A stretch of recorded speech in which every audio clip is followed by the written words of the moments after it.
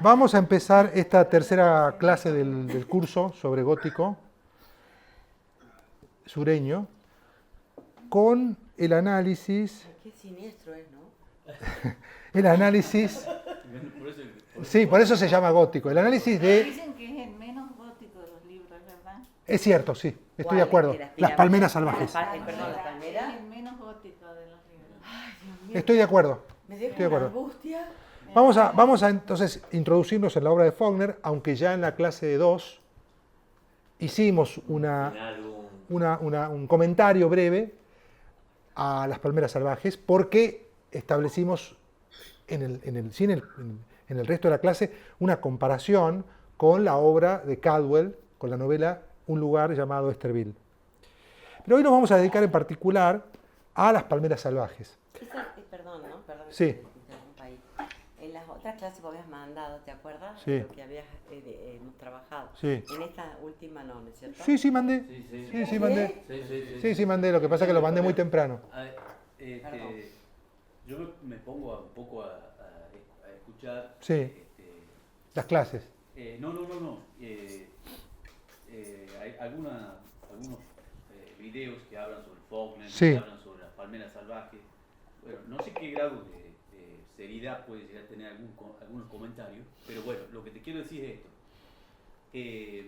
Hay un español que habla sobre Faulkner y las palmeras salvajes y expresamente dice, ¿no? Dice, no les recomiendo la edición de la traducción de Borges, porque Borges no es absolutamente fiel al texto original, ¿no? Y después escuché en otra conferencia que habla sobre Borges, que él se planteaba las dos posibilidades de la traducción, o la absolutamente fiel, ¿no? O la que el traductor le pone de su parte. Bueno, entonces la pregunta sería, ¿hasta qué punto puede haber alguna, yo le diría, aporte de Borges a las palmeras salvajes, que no lo haga absolutamente fiel y o que te haga, no sé si diría, perder alguna esencia de la escritura de Faulkner, digamos? Esa sería un poco la... Bueno, vos empezás por la cuestión de la traducción, vamos a hablar de eso primero y luego voy a remitir las referencias que les iba a leer. A ver, sobre la traducción se ha escrito, hay una biblioteca, podríamos decir, se ha escrito mucho, sobre, no sobre las palmeras salvajes, sino sobre la cuestión de la traducción. Yo usaría otro término para referirme a la traducción literal, lo que vos llamabas la traducción fiel. A decir verdad, los traductores, en tantos congresos académicos que se han organizado sobre la cuestión de la traducción y las traducciones. Como si fuese un teléfono. Sí, ¿alguien podría apagar los teléfonos o los micrófonos, porfa? No sé cuál es el que está sonando.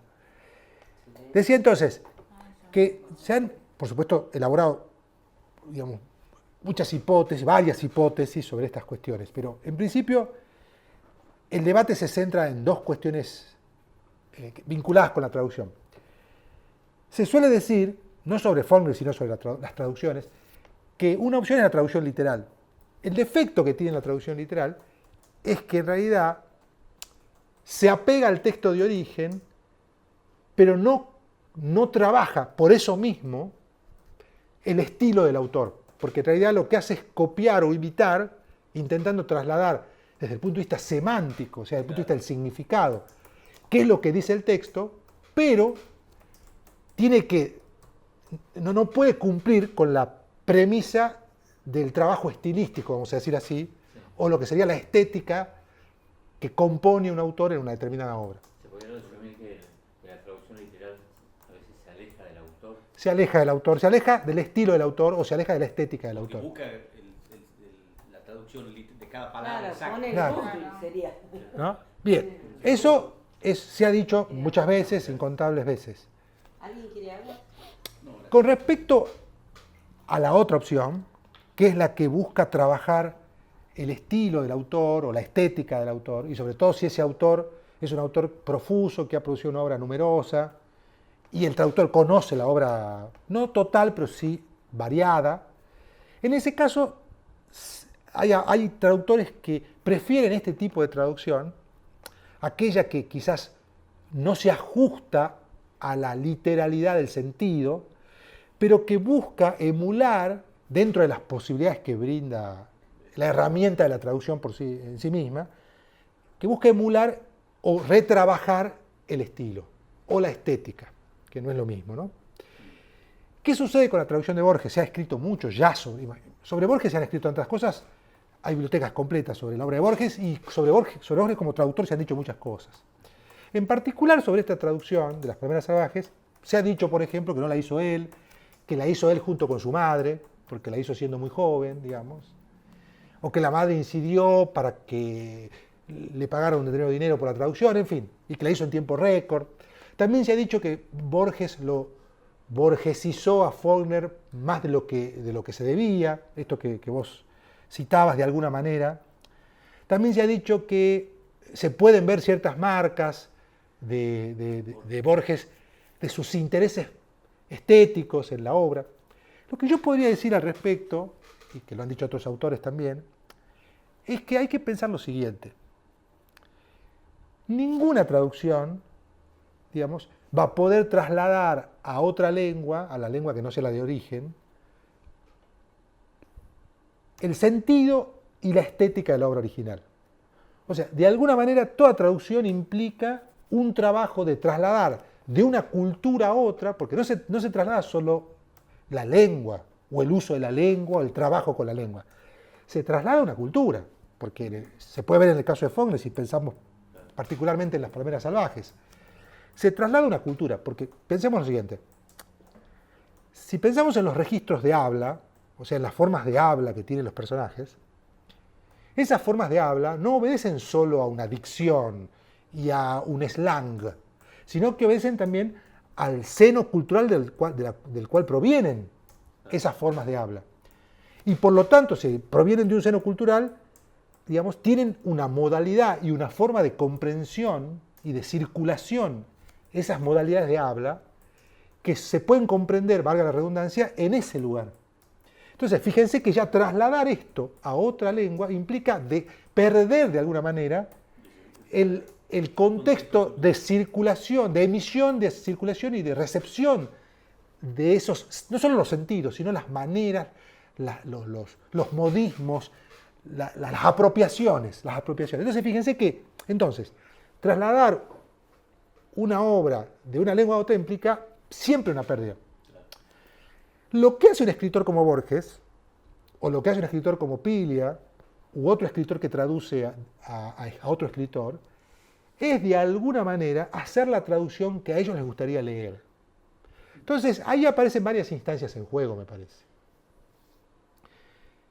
El autor no solo es traductor, sino que también es crítico, en el sentido del ejercicio de la crítica.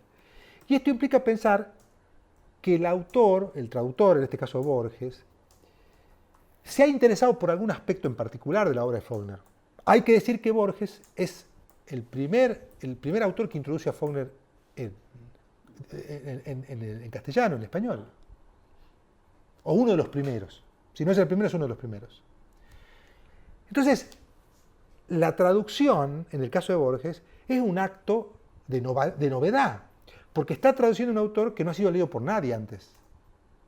Y de alguna manera, en el caso Borges, se permite ciertas licencias.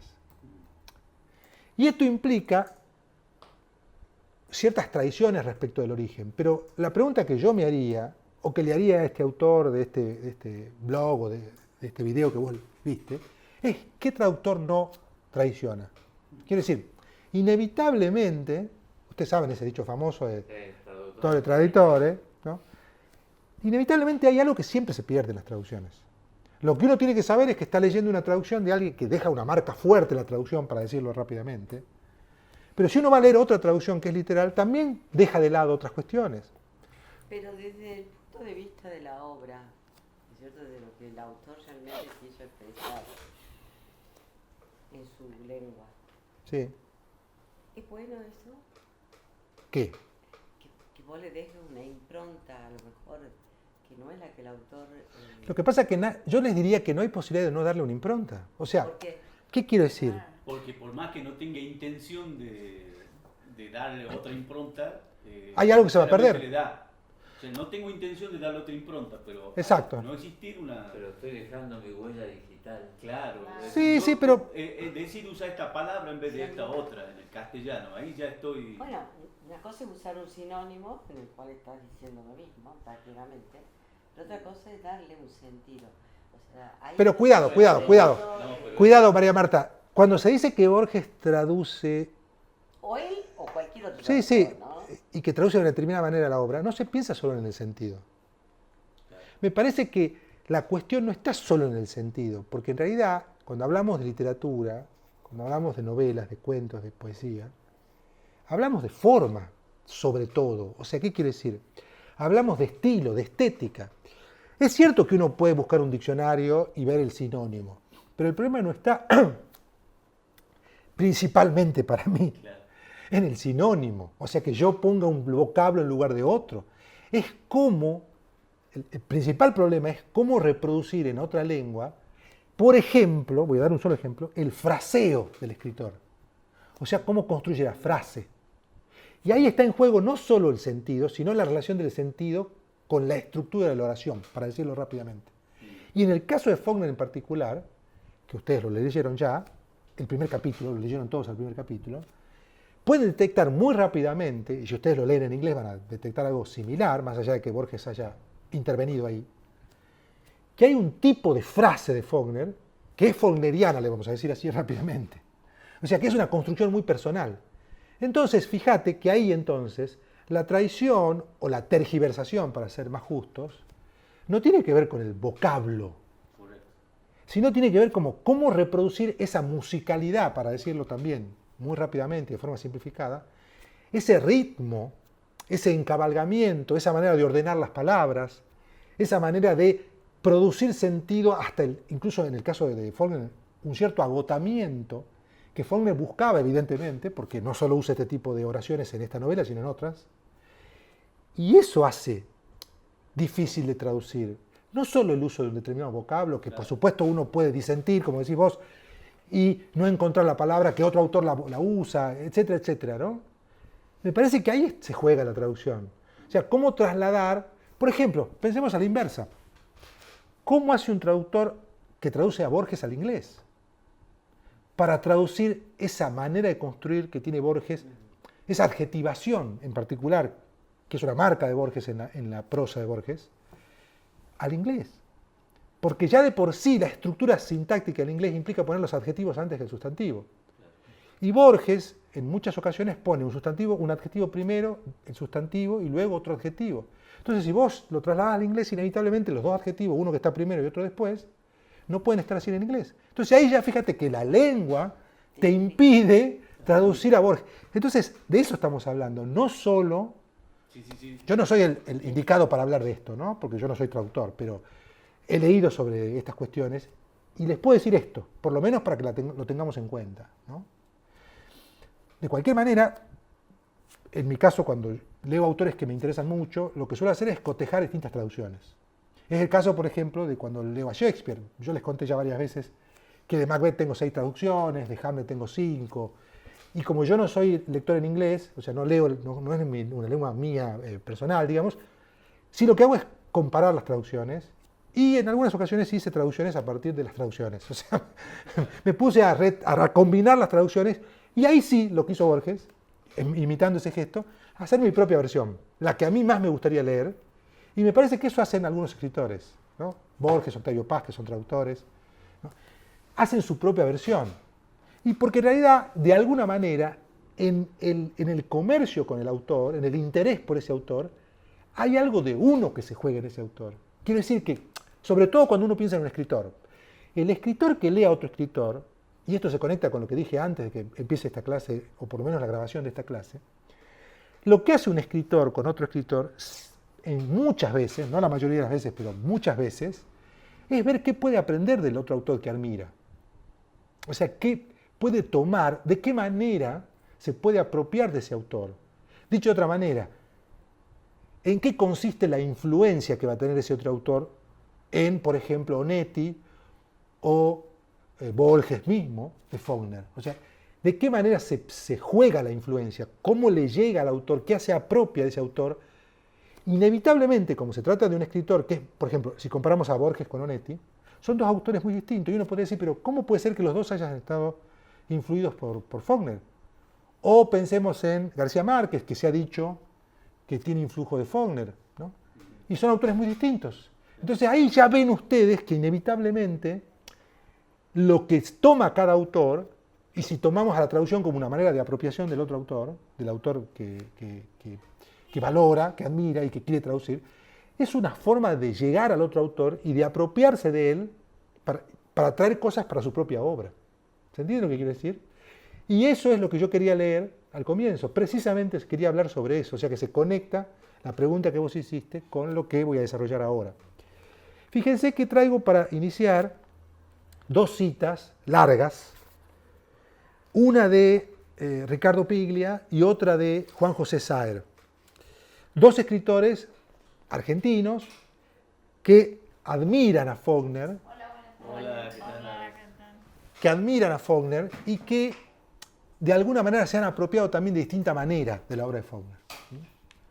Ya hablamos muy brevemente sobre qué puede haber tomado Borges de Faulkner. En realidad no dijimos nada en específico, pero yo dije que Borges evidentemente se interesaba por Faulkner, por eso lo tradujo y también lo introdujo en Argentina, ¿no? Que no es poca cosa. Dice Ricardo Piglia en una entrevista que le hicieron para una revista dedicada a difundir la obra de Faulkner en Estados Unidos. The Faulkner Journal se llama la revista, ¿no? Y él dice, siempre me pareció fundamental, dice Piglia, lo que dice Faulkner en la introducción de 1933 a El sonido y la furia. Y cita las palabras de Faulkner, son breves, es una cita breve. Escribí este libro y aprendí a leer. Eso dijo Faulkner en la introducción a El sonido y la furia. Escribí este libro y aprendí a leer. Esto se conecta directamente con lo que les estaba diciendo antes. O sea, ¿qué hace un autor con otro autor que admira? La idea, y esto ya lo dice Piglia, la idea de que escribir cambie el modo de leer y de que un escritor construye la tradición y arma su genealogía literaria a partir de su propia obra. No importa el valor objetivo de los libros, el canon de un escritor tiene que ver con lo que escribe o con lo que quiere escribir. Y ahora se va a entender mejor lo que quiere decir Piglia. La red de Faulkner, o sea, la red de influencias, la red de autores que él leyó y de los cuales él mismo se apropió, así como estos autores se apropiaron de Faulkner, la red de Faulkner incluye, digamos, y enumera, la traducción inglesa de la Biblia por el rey James. O sea, a Faulkner le interesó la Biblia. La prosa de Conrad, o sea, Joseph Conrad. Ciertos climas de Nathaniel Hawthorne, otro escritor norteamericano. Las técnicas de Joyce, o sea, de James Joyce, etcétera, dice Piglia. Pero lo único que permite unir esos textos diversos, la Biblia, Joyce, Conrad, y armar una trama, es la escritura de Faulkner. O sea que Faulkner logró, vamos a decirlo así de manera simplificada, construir un estilo porque en principio unió autores y tradiciones muy distintas y construyó algo personal a partir de la apropiación de eso. O sea que se aplica aquello de que leí y aprendí a escribir. Exactamente. Acaba de decir, escribí este libro y aprendí a leer. Claro, al revés. Al revés. ¿Pero por qué? ¿Por qué? Ahora desarrollamos esto. El lugar desde el cual Faulkner leía la cultura, el contexto afrancesado y periférico del sur, afrancesado y periférico, para Estados Unidos, recordemos, el sur, el profundo sur, Mississippi, Nueva Orleans, Georgia, Alabama, Texas incluso, es muy distinto, sobre todo al este, ¿no? Exactamente. Entonces, ese contexto, dice Piglia, el lugar desde el cual Faulkner leía la cultura, lo ayudó a definir una posición estaba fuera del lugar y veía todo desde afuera. Y no tenía nada que ver con la vida literaria del Este. Podía leer de otro modo, como un campesino, según él mismo decía, con una ironía muy sofisticada, porque era una ironía, porque estaba en otro lugar, Faulkner. Esa combinación de leer como un escritor, y no como un intelectual, y leer como un campesino y no como un hombre de letras, hace de Faulkner un lector extraordinario. Por ejemplo, todo lo que dice sobre la literatura contemporánea es muy inteligente. Joyce, dice Piglia, y acá me parece la clave de todo, Joyce debe ser el escritor más estudiado del siglo XX. Pero nadie lo leyó tan bien como William Faulkner. ¿Esto qué quiere decir? Que cuando él va a escribir un libro, Faulkner, es ahí cuando pone en juego sus lecturas. Por eso dice, escribí este libro y aprendí a leer. Porque en realidad las lecturas ya las hizo. ¿No es cierto? Ya las hizo. Ya leyó a Faulkner, perdón, ya leyó a Joyce, ya leyó la Biblia, ya leyó a Conrad. Cuando va a escribir el libro, esas influencias que están en su cabeza, él las puede procesar escribiendo. Eso es lo que hace un escritor. Y yo les decía eso antes, hace un ratito. Es decir, cuando ustedes me preguntaban, pero ¿cómo hace uno para escribir? ¿Qué relación tiene que ver? ¿Qué relación tiene la academia? ¿Cómo se forma un escritor? En fin, hablábamos de eso. Bueno, este es para mí el ejemplo paradigmático. Es decir, hay un acto de lectura que implica ya un acto de escritura. Es decir, Faulkner cuando leía, estaba leyendo como si estuviera escribiendo, aunque no estaba escribiendo. Leía algo y encontraba algo en la Biblia, en Conrad, en Joyce, que otro no encontraba. Y ya ahí había un ejercicio de apropiación en la lectura. De alguna manera estaba escribiendo mientras leía. Y cuando va a escribir, reaparecen, se procesan esas lecturas. Por eso es, escribí este libro y aprendí a leer. No es que él aprendió a leer literalmente, sino que ya había leído y procesa las lecturas cuando escribe. Ahora bien, ¿por qué dice Piglia al final?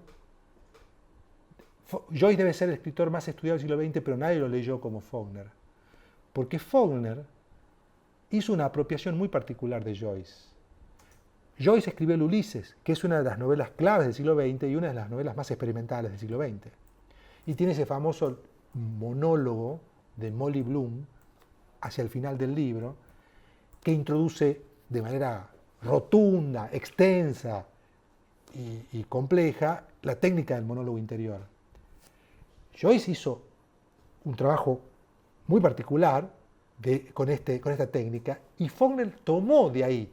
O sea, es un joyciano, vamos a decir así, es alguien que sigue a Joyce porque incorporó el monólogo interior en todos sus libros. Eso es el fluir de la conciencia. Ese es el fluir de la conciencia. Ahora, ¿de qué manera lo introdujo? De eso vamos a hablar en esta clase cuando desarrollemos el análisis de los aspectos de la novela. Pero quiero decir, ahí uno puede ver cómo usa un recurso que usa Joyce, que era reciente, porque el Ulises es del 24 o del 21, me parece que es del 21, o se publica el 24, ahora tengo un olvido con la fecha, no importa, pero es la década del 20. Y Faulkner escribe su primera novela en el 29, ¿no es cierto? O sea que está muy cerca. O sea que ahí estamos viendo que es alguien que está atento a las novedades, en el mejor sentido de la palabra novedad, no en el sentido trivial de el último grito de la moda, sino de la experimentación. O sea, novedad entendida como experimentación, como alguien que está haciendo algo que no se ha hecho antes, en términos literarios. Entonces ahí es donde aparece la idea esta del campesino pícaro, sofisticado, que con una gran ironía dice yo leo como un campesino. En realidad lo que está diciendo es yo leo por fuera de los grandes centros urbanos que se pegan, eso sí, esos centros a las modas, y yo desde un lugar desplazado me apropio de lo que quiero y de una manera estrambótica, vamos a decir así. Mezclo a la Biblia a Shakespeare, la Biblia, que no mencionó Piglia ahí, para mí que Shakespeare también está presente de alguna manera en la obra de Faulkner, Shakespeare, la Biblia con Joyce. Y eso da un cóctel que es Faulkner. No porque lo explique, cuidado también con esto, no porque vos mezclando A con B y con C te da Faulkner. Pero por lo menos hay una pista de qué hizo él con esas apropiaciones. ¿Sí? Ese cambia un poco el preconcepto que tiene uno. Dice, bueno, leo 100 y escribo 2 libros. Es como que producto de mis lecturas. Sí. Y en cambio esto es otra cosa. No, esto es otra cosa. Ahora, Fabián nos pregunta así muy no proviene de la academia y la forma se apropia, entre comillas, de estos otros autores. Ahora, Sí. hay una cuestión en la escritura que es el respeto a la lengua, Ujú. en la forma de escribir, Sí. el respeto en el sentido de qué sé yo, la construcción de la oración, Ujú. ¿no? que puede estar sujeta a la crítica, no sé, se me ocurre, pura de quién. Eso, ¿cómo lo consigue? Es decir, el utilizar bien los distintos tipos de formas, qué sé yo, el verbo, el sustantivo, la coma, La sintaxis, decís vos. Exacto, la sintaxis. ¿Cómo lo consigue quién? ¿Faulkner decís vos? O los escritores en general, digamos, o sea. No, para yo creo ser- que Para ser, ¿cómo te iba a decir? autodidactas. Uno ser Claro, fieles para ser al fiel lenguaje. exacto, a la lengua, a la sintaxis. Es que me parece que vos lo estás encarando por un camino, no te diría incorrecto, sino un camino que es por otro camino. Yo te diría al revés. Yo te diría que es al revés. Ajá. Un escritor innovador, Faulkner, Joyce, Piglia, Borges, no entran a la lengua por el camino de la corrección. Me parece que justamente lo que hacen, cada cual en su caso, digamos, hay que estudiar cada caso, no es que hacen lo mismo los 4 que mencioné, los 3 que mencioné. Al revés, lo que hacen es aprender las reglas sintácticas, o sea, aprender a escribir como aprende cualquier persona que se alfabetiza, digamos, pero luego subvierten la lengua, o sea, la transforman, hacen algo con la lengua que no responde al sentido ortodoxo, digamos. Es decir, de hecho, uno puede ver en Faulkner eso. O sea, uno incluso podría decir, y se ha dicho, la crítica, una parte de la crítica ha dicho, que Faulkner escribe mal, en cierta medida. Se han dicho barbaridades, digamos, como estas. Es decir, ¿pero por qué? Porque si la oración tiene que tener sujeto y predicado y tener cierta, un determinado límite de información, por decirlo así, rápidamente, cierto equilibrio en la organización de la frase y demás, Faulkner no hace eso, es desequilibrado. Claro. Si uno lo piensa en términos de economía, sí, tiene que ser ciertamente económica la frase, tiene que tener una construcción determinada. Faulkner rompe eso, entonces él construye su estilo desde el desborde, o sea, al revés. Claro. No es que él construye No su que estilo, respeta, al no es que contrario. respeta, no todos los escritores hacen eso, pero en el caso de Faulkner en particular, él produce un desborde en la prosa. Se podría decir que hay como dos tipos de personas. Ajá. Uno es el artesano, que más Sí. es la herramienta. Sí. Y otro es el artista, que va más allá. Sí, yo creo que sí, que se podría decir algo así. Se podría decir que uno puede aprender el uso de la lengua, es decir, siguiendo lo que dicen los manuales de sintaxis, Claro. ¿sí? O de gramática. Eso es una cosa. Uno lo aprende y no creo que sea tan difícil aprender eso. Es decir, si uno se dedica a estudiar y practica, lo aprende. En algún momento lo aprende. Me parece que convertirse en un escritor es otra cosa, ¿no? Claro. Lo primero es para cualquiera. Sí. Sí, para cualquier persona que quiera aprender. Obviamente. Lo Sí, sí. segundo es para unos cuantos. Aquellos que quieren dedicarse a desarrollar un oficio. Claro. Porque tampoco me parece que hay que endiosar, digamos, la carrera del escritor. Es alguien que desarrolla un oficio, eso es lo que yo creo. Que por supuesto, al lado del oficio hay personas que tienen un talento excepcional, Claro. ¿no? Que eso no tiene que ver con el oficio. Evidentemente hay algo ahí. Podríamos llamarle genialidad, y para ser menos estrambóticos podríamos llamarle talento, nada más. Hay un talento ahí. Pero eso, para mí eso tiene que ver, para mí eso es misterioso, digamos. O sea, la unión de oficio y talento es misteriosa. Hay algo, para mí, pues esa es la forma que tengo yo de verlo, ustedes pueden no compartir esto, en las obras literarias que perviven, tiene un elemento de misterio. Es decir, hay algo inexplicable para mí, por qué alguien puede alcanzar una obra de este tipo, ¿no?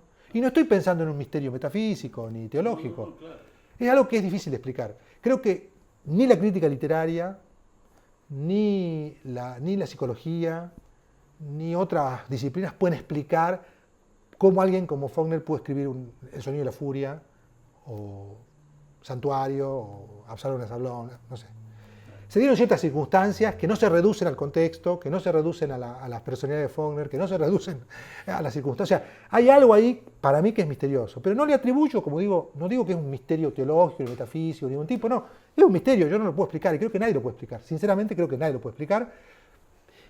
Porque yo puedo decir, por ejemplo, el origen de Faulkner, como dice Pili ahí, está en la combinación que él supo hacer de las lecturas que hizo de la Biblia con Joseph Conrad y Joyce y demás, pero eso no explica, porque alguien podría hacer una combinación similar y no va a hacer lo que hizo Faulkner.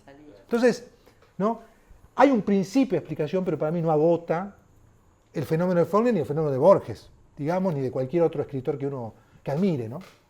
Entonces, quiero empezar con esta cita de Piglia para empezar a pensar la obra de Faulkner y en particular Las Parmenas Salvajes.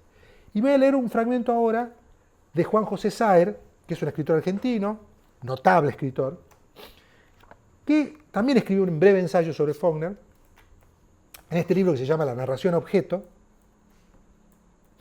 que es un libro de ensayos, que reúne ensayos de Saer, y dice lo siguiente: aunque hoy parezca incomprensible, la evidencia del genio de Faulkner tardó en imponerse.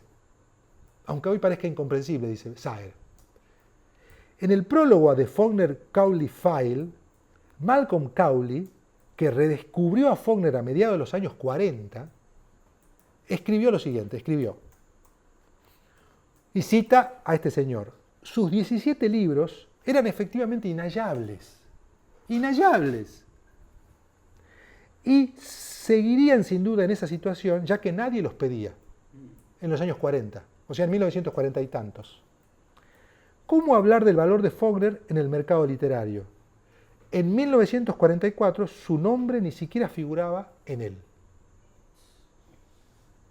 Vale la pena, dice Saer, ahí termina la cita, vale la pena hacer notar que para esa fecha, 1944, los grandes textos que fueron saliendo a la luz del día desde entre 1929 y 1942 ya habían sido escritos, o sea, hasta el año 44, publicados, y del caso de algunos de ellos, traducidos y comentados en el extranjero por críticos que se llamaban Sartre o Borges. Además, hoy en día decir que Faulkner es un escritor lo puede decir cualquiera, pero había que pensarlo o darse cuenta en 1944, ¿no? Cuando en 1950 le dieron el premio Nobel, compartido con Bertrand Russell, los asnos del New York Times, con el tono inquietante de quienes pretenden defender el orden moral, rebuznaron. 2 puntos. Y va a citar un texto del New York Times. La violación y el incesto son quizás pasatiempos habituales en Jefferson, en el Mississippi de Faulkner, pero no así en el resto de los Estados Unidos. ¿Qué está diciendo Saer? Que ellos se fijaron solo en los aspectos morales en el contenido de los libros, que no se daban cuenta de las grandes innovaciones, de las rupturas, ¿sí? de la creatividad en el sentido formal del término. Y sigue Saer. Puede decirse que esa incomprensión es casi la norma cada vez que una gran obra literaria aparece.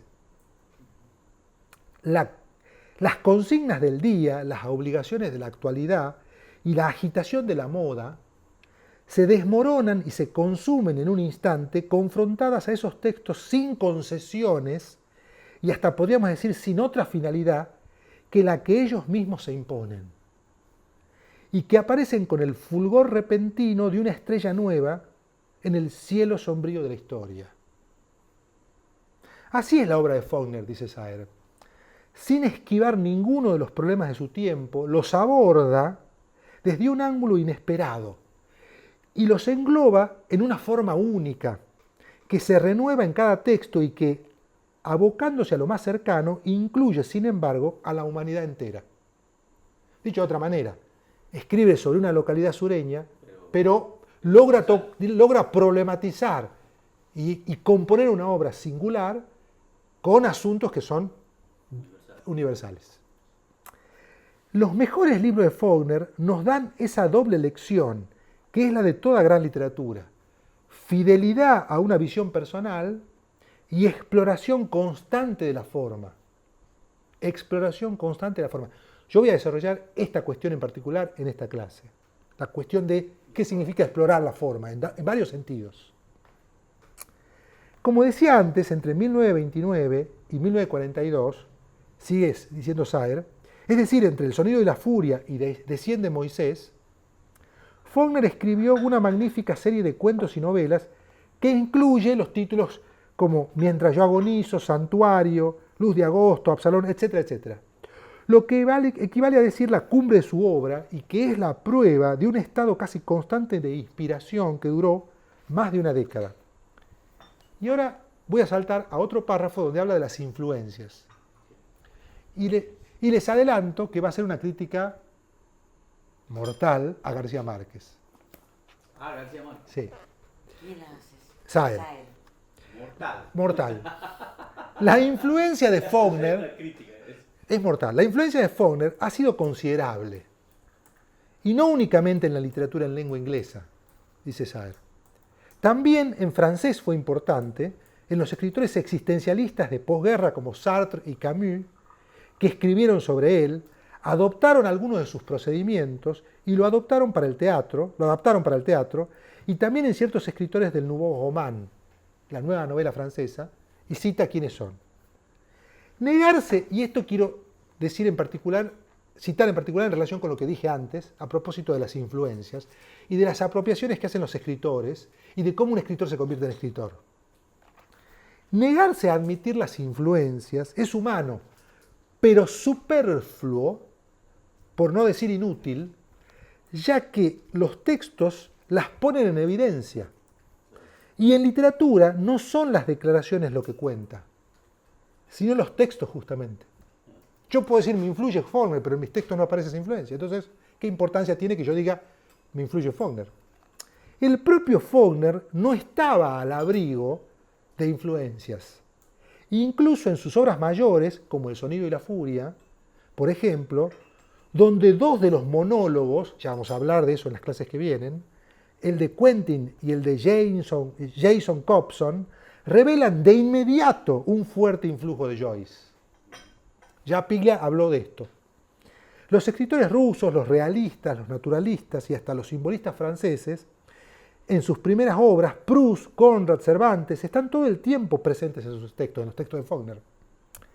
Por eso, cuando cierto escritor caribeño pretende que si su obra y la de Faulkner se parecen es porque Colombia y el Deep South son lugares muy parecidos y porque Faulkner es un escritor latinoamericano avant la lettre, no nos queda más remedio que pensar que esa influencia es superficial y que por su carácter vergonzante proyecta más resentimiento que admiración sobre el modelo.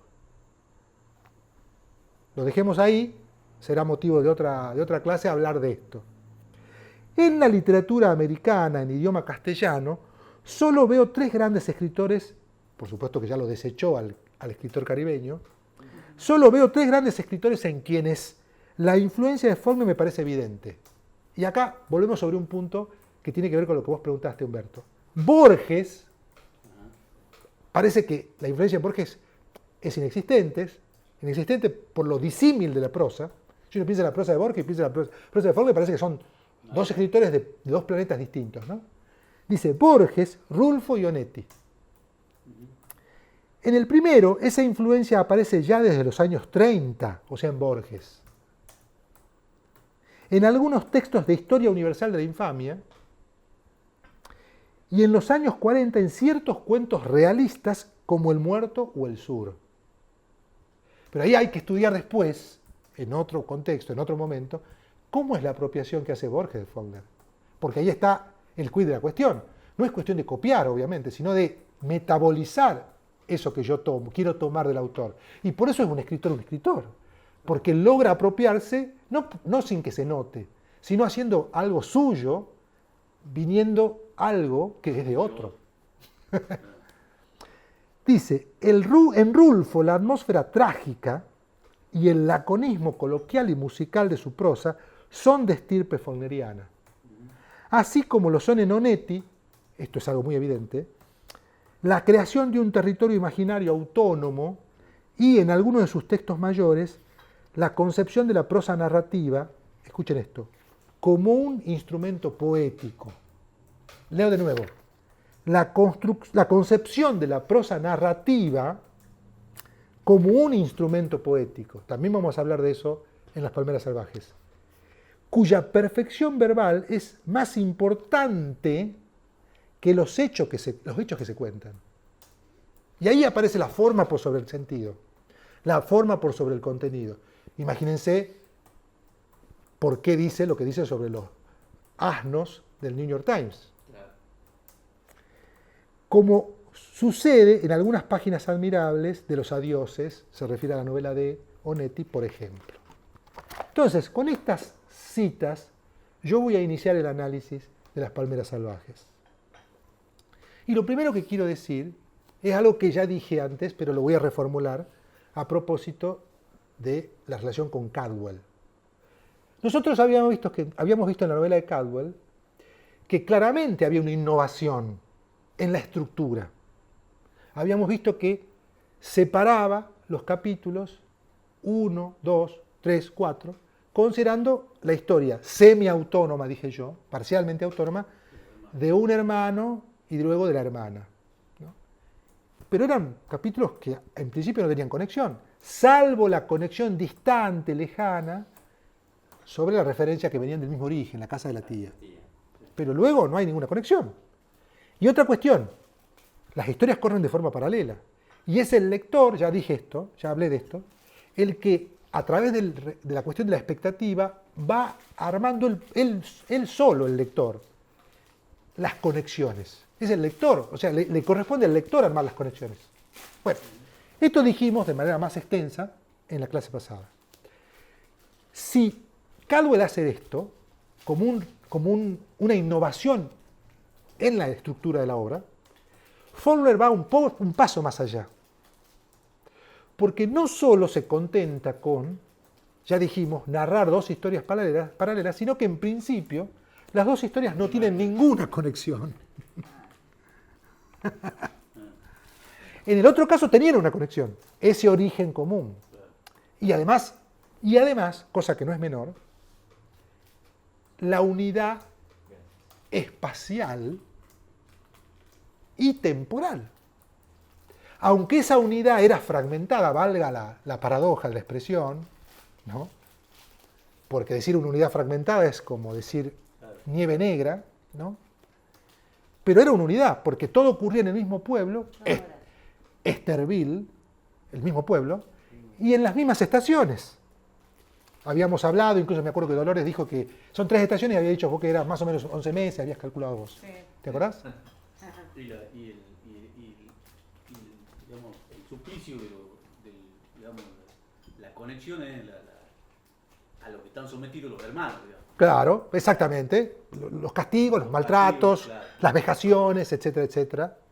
Ahora, te hago una pregunta. Sí. Y en el fondo estoy robando lo que en la puerta estuvimos hablando. ¿Es lícito leer Las Palmeras Salvajes? Las palmeras, las palmeras, las palmeras, las palmeras, el viejo, el viejo, el viejo, el viejo. O hay que... Yo, para facilitar la lectura, ¿Es lícito eso? he leído, estoy leyendo, no he terminado todavía, Una el cosa- viejo, no hago el viejo Las Palmeras, hago A en vez de B, C en vez de D, E, bueno. A ver, Yo no. a ver, a ver, A mí a ver. me facilita hacer un Sí, continuo porque de la historia. en realidad tenés, bueno, vos empezás con el viejo, si lo dejo un poquito, tenés que volver a acordarte un poquito de lo que has leído en Las Palmeras. Yo para A pesar de que no están relacionadas. En realidad hay que volver más al viejo que a Las Palmeras. Sí, pero supongo que el autor, si lo hizo así, Es por algo. es por algún motivo. Yo estoy violando Yo lo leí la por... estética del autor. Bueno, a ver, tengo una respuesta doble. No creo que haya una única respuesta. Ustedes tendrán la suya por su lado, quiero decir. Piensen lo siguiente. La propuesta de Faulkner, o sea, la manera de estructurar el libro, contraponiendo dos historias que uno espera que en algún momento se conecten, ya implica una ruptura clara respecto al modelo de la novela decimonónica, o sea, de la novela burguesa. Ustedes saben que durante el siglo XIX se consolida como forma la novela, como género, ¿no? Sí, no solo eso, sino la división en capítulos, la progresión narrativa, el arco dramático, el desarrollo de la línea del tiempo, la manera de relacionar los personajes con el contexto, las representaciones de la realidad, las distintas formas de representar la realidad. La novela realista hace eso, en fin, una serie de cuestiones. Faulkner claramente rompe con eso. O sea, ya la propuesta, la estructura de la novela muestra de forma evidente la ruptura con la tradición, la ruptura con la novela clásica, vamos a decir así, la ruptura con la novela burguesa. Entonces ya esa propuesta nos indica una nueva manera de leer. Y entonces ahí lo que podemos decir es lo siguiente. ¿Habrá alguna forma única, correcta de leer la novela? Yo creo que no. En principio diría que no. Es decir, porque lo que ha hecho él ahí, de alguna manera, es desarmar el concepto de novela. Yo no sé si diría que es una antinovela, como si diría de Bouvard y Pécuchet, libro del que hablamos nosotros en años anteriores, de Flaubert. Yo diría que Bouvard y Pécuchet sí es una antinovela. O sea, es una novela que rompe, pero de manera taxativa, con el concepto de novela que acababa de suceder. O sea, Flaubert tuvo la virtud de ser un genio doble, digamos. Consolidó la novela y la destruyó, ¿no? Él mismo. Faulkner de alguna manera también la desarma. No sé si diría que la destruye, pero sí la desarma claramente. Y ahí él está diciendo, bueno, entonces, ¿qué entendemos? Más bien la novela yo la tomaría a Las palabras salvajes como una pregunta. Sería una pregunta la novela, no sería una afirmación, o sea, lo que yo deduzco después de leer la novela. Yo no diría, la novela es esto, diría, ¿qué se entiende por novela? Diría yo después de leer Las palmeras salvajes. ¿Se puede entender este libro como una novela? Uno podría decir sí y podría decir no. Uno podría decir sí porque es una novela que innova respecto de cómo se entendía la novela antes. Entonces yo la leo como se leen las novelas, de principio a fin. Y también puede decir, no es una novela. Es la unión de dos cuentos largos, puestos de manera alternada, ubicados de una forma alternada, y es una impostura, en ese sentido. Yo lo leí. Ahí al principio, perdón, Sí. el prólogo, quien escribe el prólogo, hace referencia a la respuesta, no sé si con mucha ironía, de Faulkner, diciendo, yo me daba cuenta que cuando estaba escribiendo Las palmeras salvajes le faltaba algo, digamos, ¿no? Entonces, no conforme con eso, me ponía a escribir el viejo. Y es como que después de escribir el viejo, o algún capítulo, no sé, recuperaba esa, no sé si llamarle motivación, qué sé yo, para volver a escribir Las palmeras salvajes. Esa es la justificación que él da ahí en la cita del prólogo. Sí. O sea, yo como lector me tomo la atribución de leerla de esa manera, a la antigua novela, porque sé que en principio no hay mucha conexión. Ahora, si yo fuese un lector que recién sale la novela y no tengo esa información, bueno, la voy leyendo tal cual está escrita, digamos, ¿no? Entonces, al yo tener la información de que no hay o hay que bucear mucho para buscar alguna conexión, bueno, me tomo y en función de terminar de leer lo más pronto posible, digamos. Piensen. Eso que yo quería decir. Sí, a ver qué querías decir. Lo mismo. Que en la introducción a la novela, ahí da esa explicación de por qué esas dos según partes, Faulkner, claro. por qué estas dos partes inconexas llega un momento en que él decide hacerlas conexas, digamos, Ujú. una manera de decirlo, y dos cosas o dos lecturas, porque él escribió por un lado Gracias. Las Palmeras y por otro lado escribió El Viejo. Sí. Entonces Gracias. decidió juntarlas. Ujú. Eso lo explica el que hace el prólogo, ¿no? Sí, sí. De cualquier manera, yo creo que lo que hace un escritor como Faulkner, como Joyce, como Borges, como Virginia Woolf, como Flaubert, ¿sí? Escritores que rompen, ¿no? Y que innovan y que son escritores faros de alguna manera, o sea, porque luego a partir de esos escritores otros autores se inspiran y escriben su propia obra, ¿no? Escritores que marcan un momento por lo menos de la historia de la literatura, justamente rompen porque no seguían por los criterios preestablecidos. No creo que él haya pensado tanto en este sentido los efectos que iba a provocar. Me parece que quiso hacer el experimento y lo hizo. O sea, eso creo yo. Es decir, es como si, obviamente que nadie se puede arrogar tener el talento de Faulkner, pero si ustedes tuvieran esa posibilidad, quiero decir, bueno, pruebo esto, es decir, a ver qué sale. Veremos qué dice la crítica, después veremos qué dicen los lectores, después veremos si dicen que es un fiasco, que no funcionó. Bueno, es un experimento, es eso. Por eso, justamente hablamos de la dimensión experimental de la novelística de Faulkner. Y de eso vamos a hablar a lo largo de varias clases. Entonces, ¿toda la obra de Faulkner está estructurada de esta manera? No toda la obra de Faulkner está estructurada de esta manera, pero va variando la historia. Eso es lo más maravilloso. Que de una novela a otra podemos ver cómo varían los experimentos. Vamos a hablar después del Sonido y la Furia, que tiene una estructura muy distinta a esta, pero también es experimental. Yo te hago una pregunta, a usted, ¿les resulta ese tipo de escritura? ¿En qué sentido? Si me resulta A ver, atractiva, si me interesa. Como lector, A ver, o como lector. No, dejando de lado todos los valores. La valoración, literarios, sí. Que pueda tener, es como un pintor cuando vos ves un cuadro. A lo mejor el cuadro no te gusta, pero no por eso no descalificar una obra de alguien no es lo mismo, ¿no? Sí, claro. Porque desde el punto de vista literario no podemos descalificar algo con estas características. Ahora, yo como lector, ¿no? Le pregunto a usted, a mí como lectora, primero que nunca he leído, me acuerdo porque no leí mucho este tipo de cortes, una cosa que no tiene que ver con otra, pero ya va a ver el ruido de la furia cuando lea. bueno. Pero a mí, Te diría que te prepares. pero quizás porque a lo mejor estoy muy acostumbrado, formada a la novela decimonónica. Decimonónica, claro, ese es el modelo. Me acostumbré a un modelo, ¿no?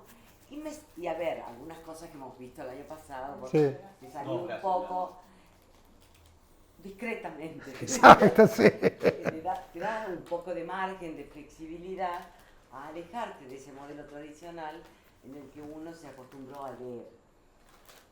Esto, en cambio, ya salió de los márgenes hasta donde uno se había acostumbrado a leer, ¿no? Como innovación. Y estamos hablando de un libro del año 39, ¿no? A mí esto... Ojo, cuidado con eso. Yo en el No, caso, no sé si me- claro, en el caso particular, yo creo que hay diversas motivaciones para leer.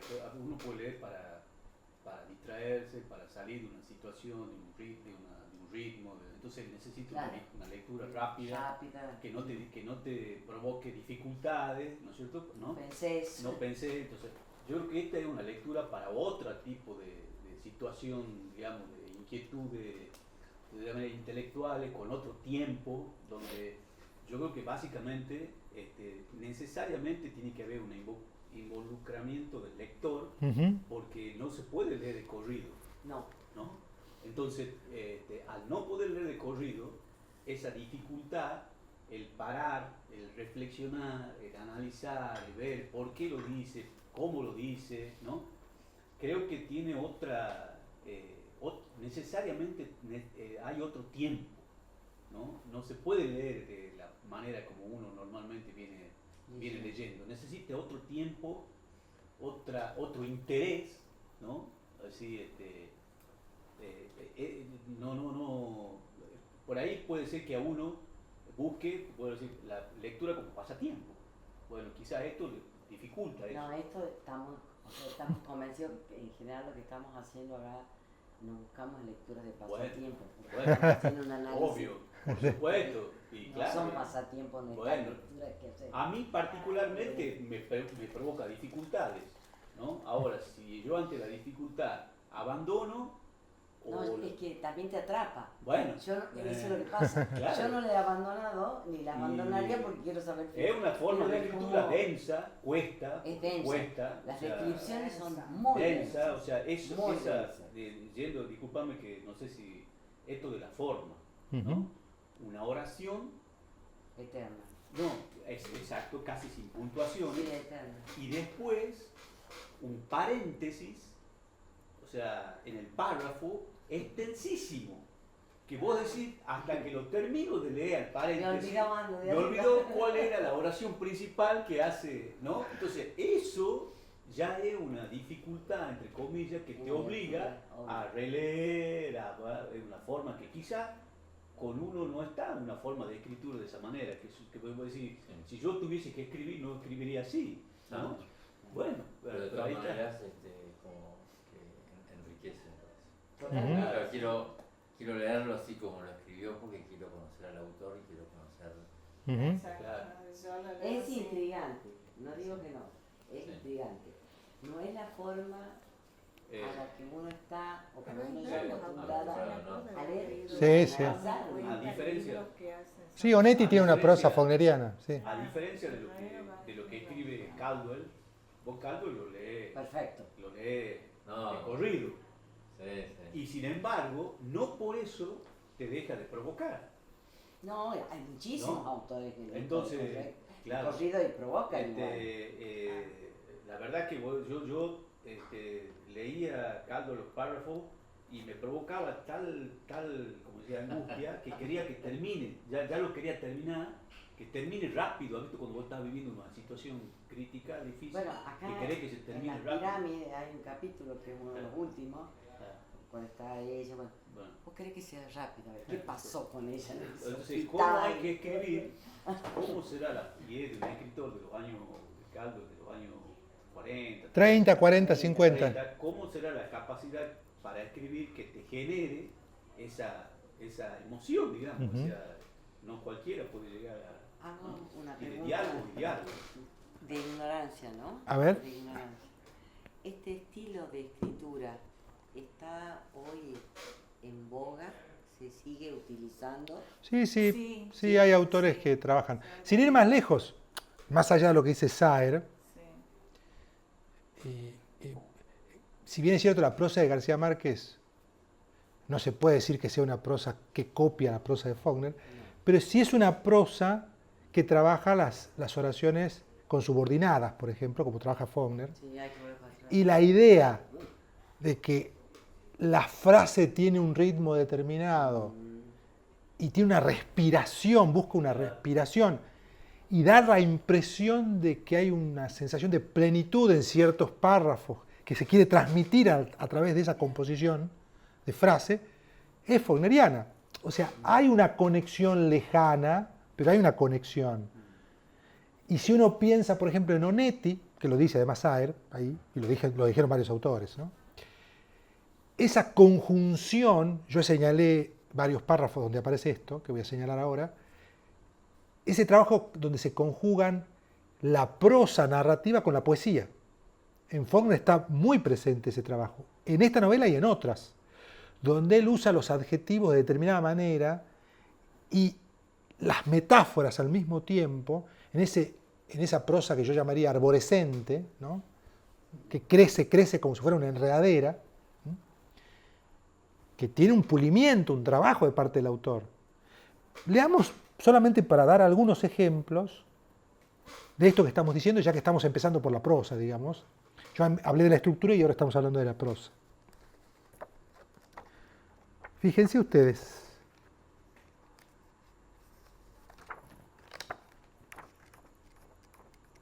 vamos a ver unos cuantos ejemplos de esto de la relación entre prosa y poesía. En Las palmeras salvajes.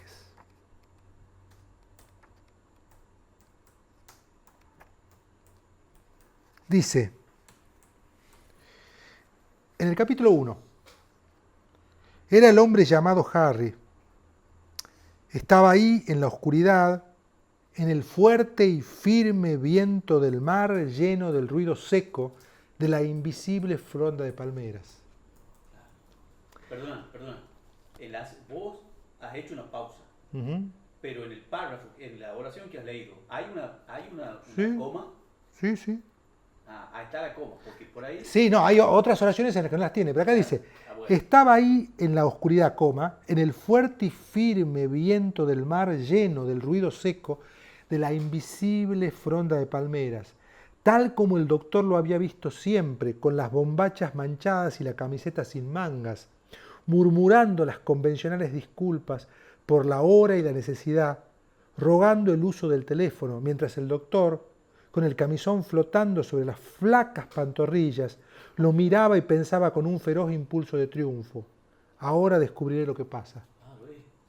No termina. Pero fíjense que la colocación de los adjetivos, y acá no es el uso más dislocado, pero hay un uso intencional, de aumentar adjetivos y de extender la oración con el número de adjetivos y de unir dos oraciones cortas en una para producir ese impacto.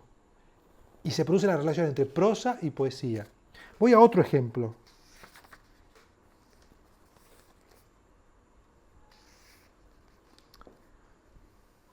Ya mucho más adelante, más o menos promediando la novela, en uno de los capítulos de la historia de Harry y Carlota. ¿Cuándo vas a crecer, Boy Scout demoledor de hogares? ¿No sabes todavía que no parecemos casados, gracias a Dios, ni siquiera los brutos? Lo apretó fuerte contra sí, echándose atrás, con sus caderas contra él, moviéndose apenas mientras lo miraba, con la mirada amarilla, inescrutable y burlona, y con ese algo que él había llegado a reconocer, esa inexorable y casi intolerable sinceridad. ¿Por qué usa tanto la mirada amarilla?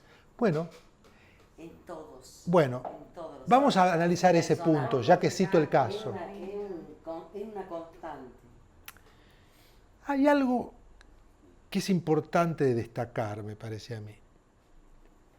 Cuando un escritor une dos palabras que en principio no tienen relación y repite ese recurso, el lector lo percibe y le llama la atención. Y el efecto que produce, por lo menos en un tipo de lector, es que le hace pensar qué significante está tratando de trasladar en esa nueva unión que hasta el momento no existía. Porque uno empieza a pensar, primero, ¿por qué repite esto? Que es lo que vos te preguntaste. Segundo, ¿qué querrá decir?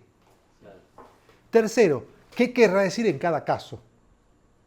Y uno empieza a pensar, ¿será, cosas que yo pensé, ¿será que quiere decir que es una mirada turbia? ¿Será que quiere decir que es una mirada, digamos, enojada? ¿Será que quiere decir que es una mirada encolerizada? ¿Será que qué atributo le da a la palabra amarilla?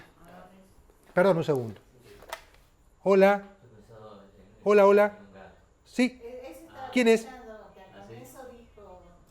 Sí, ahí voy, Olivia, ya te abro. Soy yo. Un segundo, ya seguimos.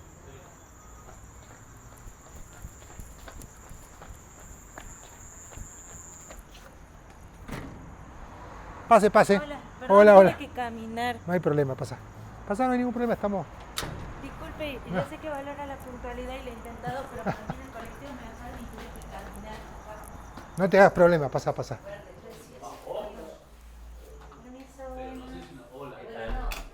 Sin decir ojos. color de determinados ojos, de cualquier cosa, puede unirse a una, quizá, no sé, pero una mirada amarilla no la tiene nadie.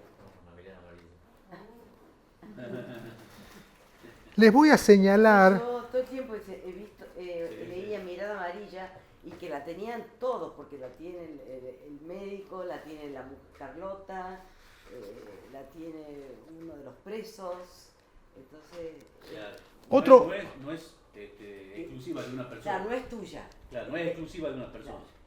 les voy a citar otro párrafo en la página 126, donde hay una unión de poesía y prosa. Ni siquiera amor, dijo él, ni la dulce, rápida música de pies desnudos que en la penumbra se apresuran hacia la cama, ni sábanas que impacientan la espera.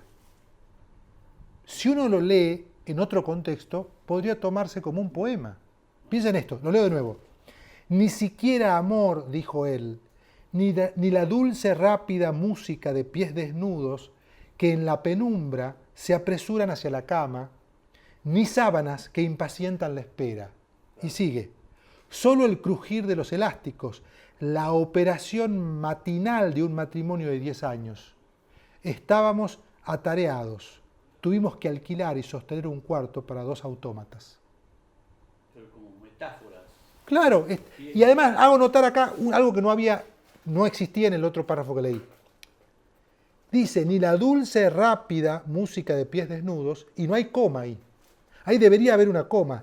Ni la dulce, coma, rápida música de pies desnudos. Claro. Habría que ver si el original tiene la coma o no. Lo más probable es que no la tenga. Pero esto es una decisión del autor de construir una prosa que busca generar un efecto, no solo poético, sino también de respiración en la lectura, de ritmo, como hace el poema. Entonces le traslada un atributo que es propio de la poesía a la prosa. Entonces, hay que detenerse en este aspecto, porque en realidad eso es una marca de Faulkner, no es de él solamente.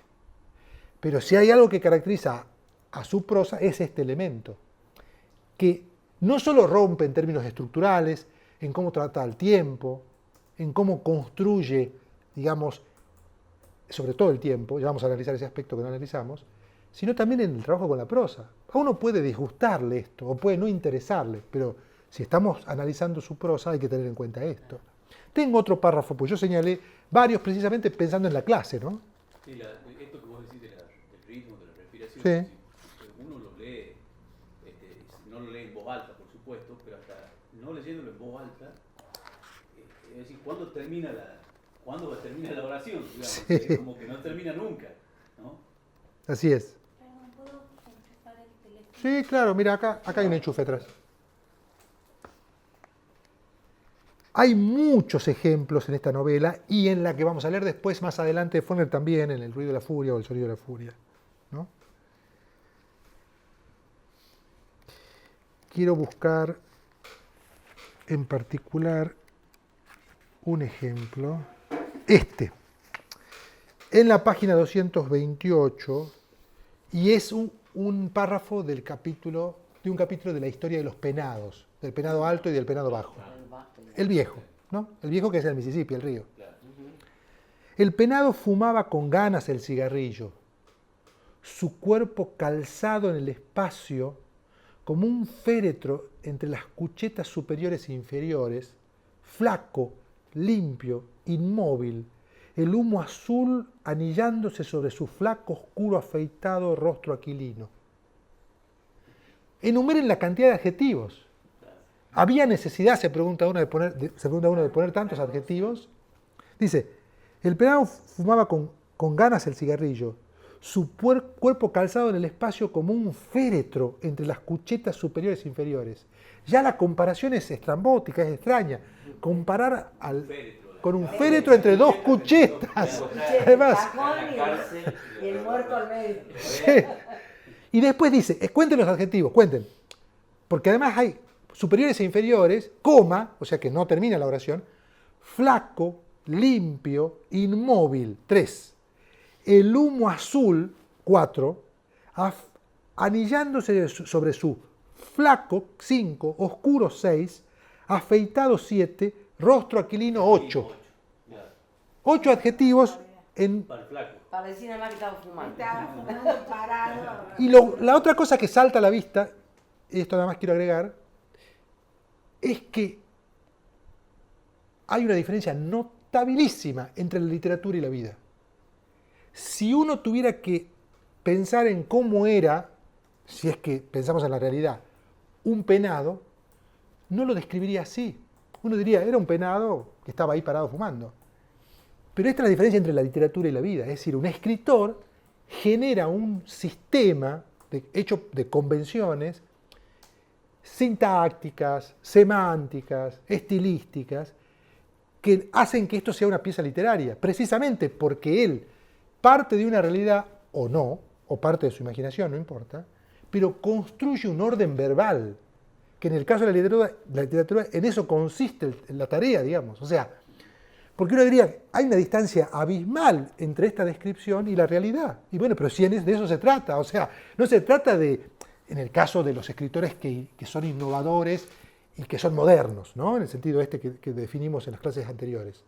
Se trata de construir una pieza que sea literatura, no de hacer... Una mera descripción de la realidad. Exactamente. Sería periodismo, digamos. Exactamente. Entonces, porque uno diría, ¿para qué se joroba tanto para describir una instancia de un momento del penado? Bueno, porque Faulkner quiere ser un escritor, o sea, quiere hacer literatura. ¿No? Esta sería la diferencia. Sí. Bueno, vamos a analizar el En tiempo. 2 palabras se reemplaza un puchito Por este orden. Sí. Bueno, pero en este sentido, esto se acerca más, lo que hace Faulkner en este párrafo y en los otros, a la actividad del poeta que a la del narrador. Y ahí es donde se ve claramente que él combina prosa narrativa con poesía. Tiene el tratamiento de un poema, aunque no sea un poema. Y a mí se me ocurre que si un guionista de una película le tuviese que describir no sé, al director de fotografía ¿no? en el cine, Sí, le debiera dar una imagen como esta, digamos. claro. Ahora, lo que vos decís me recuerda a lo que dijo Miguel cuando estábamos hablando al comienzo de la clase, en relación con las dificultades para llevar una novela de Faulkner al cine. ¿Te acordás, Miguel, que estábamos hablando de eso al comienzo? Y es precisamente por este aspecto es que es dificilísimo llevar una novela de Faulkner al cine, porque en realidad una de las características más notables de la novela de Faulkner es este trabajo con la lengua.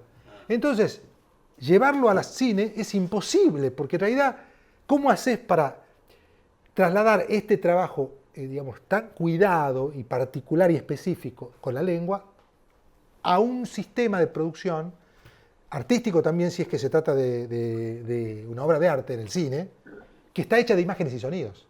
Poné la mano. Sí, te escuchamos, Patricia, ahí veo que levantás la mano.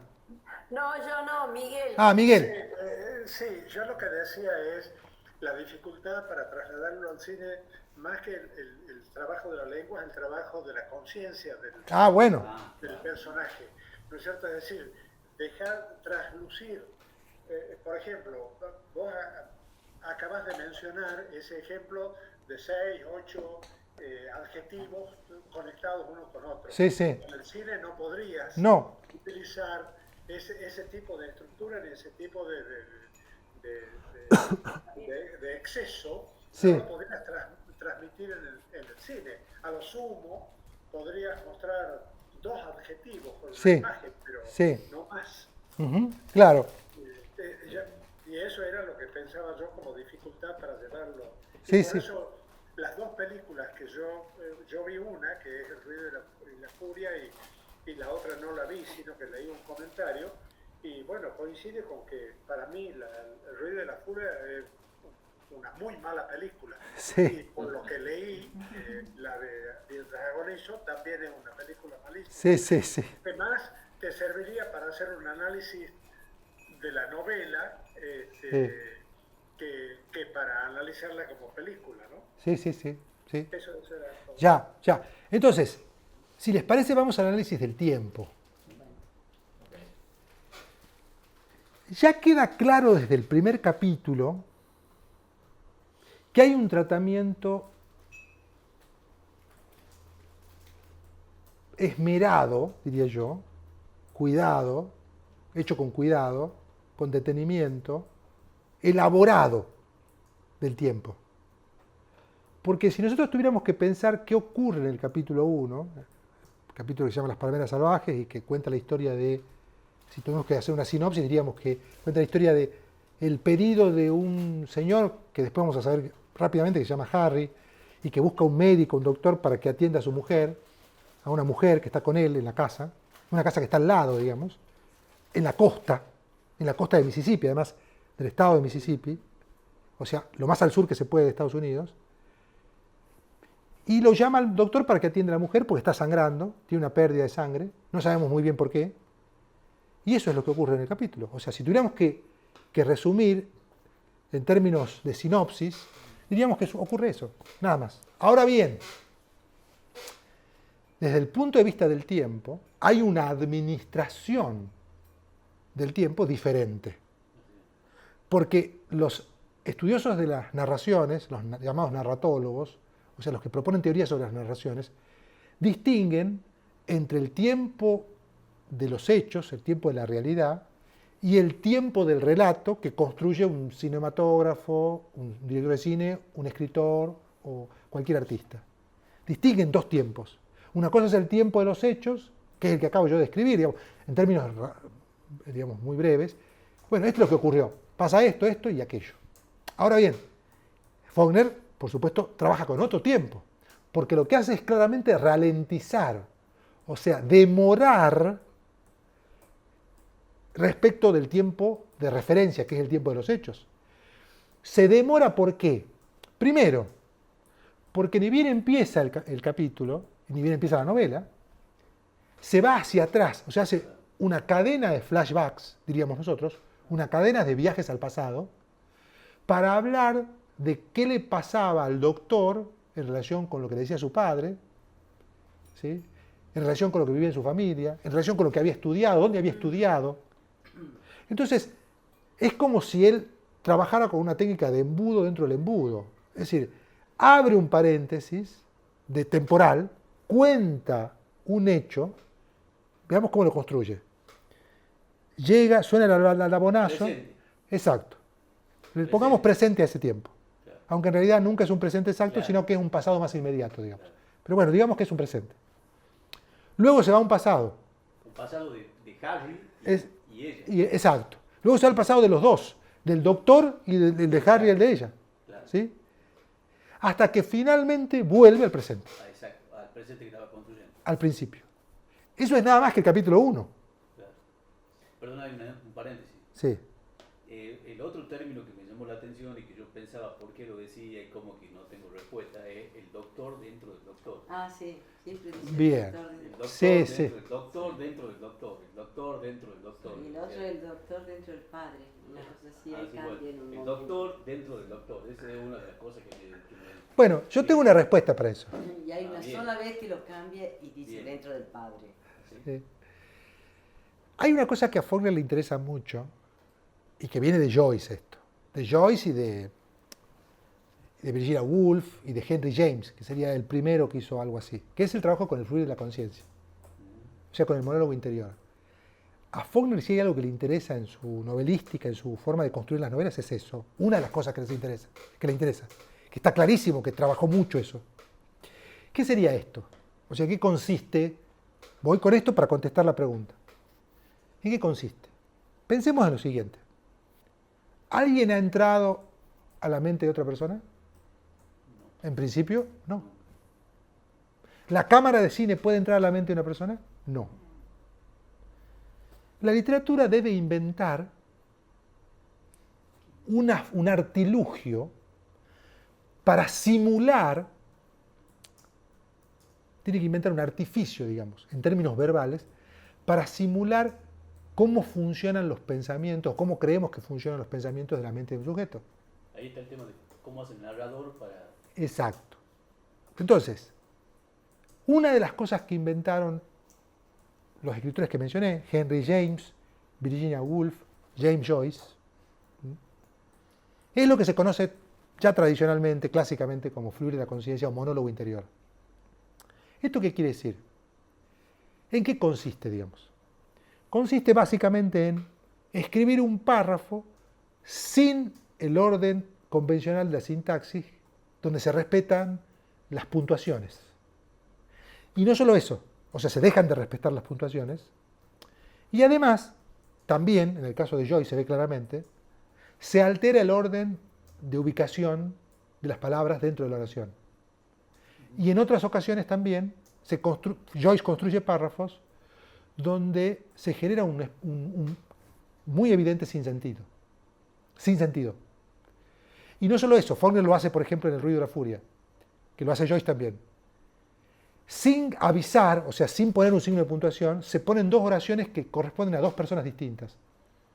Porque son, en un caso, el recuerdo de la persona esta que está teniendo, nosotros lo entendemos así, como se está acordando de algo, y la cita del recuerdo de otro, o sea, que él se está acordando que dijo otra persona otra cosa. ¿Se entiende lo que quiero decir? Sí. Pero es como que el lector lo tiene que descubrir. Exactamente. No te avisa. Exactamente, nadie te avisa. Entonces, yo creo que lo que hace Faulkner cuando decir el doctor dentro del doctor es como decir, es la conciencia dentro de la conciencia, es como decir, él está pensando en un doctor que es el que él internalizó, que es otro doctor distinto al doctor. Es decir, ¿se entiende lo que quiero decir? Me parece que parte de, yo creo que uno de los núcleos de la obra faulkneriana, y es una hipótesis que tengo, como tendrán ustedes, es el trabajo con la subjetividad humana. La pregunta sería, ¿cómo representar la subjetividad humana? Lo compleja que es. Porque cuando hablamos de subjetividad humana, hablamos de, entre otras cosas, pasiones, emociones, intenciones, deseos, pensamientos, conocimientos, que no es lo mismo que pensamiento, y otras cosas más. Y entonces, la pregunta es, ¿cómo hace la literatura para representar eso? Porque no tenemos que perder de vista que la literatura es una forma de representación, no es otra cosa.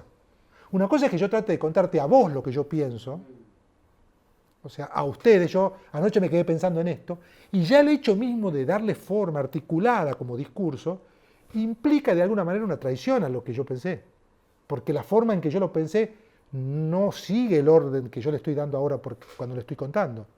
La literatura tiene el mismo desafío.